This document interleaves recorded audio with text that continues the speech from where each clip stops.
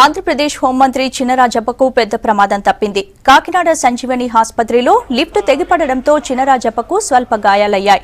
Peddapuram Nekkanti sea foods లో gas leak అయి అస్వస్థతకు గురైన ఆసుపత్రిలో చికిత్స పొందుతున్న వారిని పరామర్శించేందుకు ఉదయం ఆసుపత్రికి వచ్చారు చినరాజప్ప. బాధితులను పరామర్శించి కిందికి వెళ్తుండగా లిఫ్ట్ వైర్లు తెగడంతో లిఫ్టులో ఆయన పడిపోయారు. నడుముకు గాయాలు కావడంతో ఆసుపత్రిలో చికిత్స అందిస్తున్నారు డాక్టర్లు.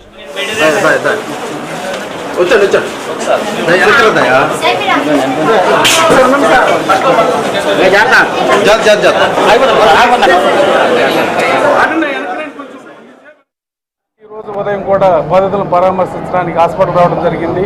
హాస్పిటల్ వచ్చిన తర్వాత సెకండ్ ఫ్లోర్లో ఉన్నటువంటి వాళ్ళని పరామర్శించి మళ్ళీ థర్డ్ ఫ్లోర్కి వెళ్ళే టైంలో లిఫ్ట్ ఎక్కిన టైంలో లిఫ్ట్ డోర్ లాక్ అవ్వకుండా ఒకేసారి లిఫ్ట్ వదిలేయడంతో కిందకు వచ్చి లిఫ్ట్ గుద్దుకోవడంతో సార్కి మైనర్గా వెన్నుపూస దగ్గర అది ఎక్స్రే తీస్తున్నారు. ప్రాబ్లం ఏం లేదు, సార్ క్లియర్గా ఉన్నారు.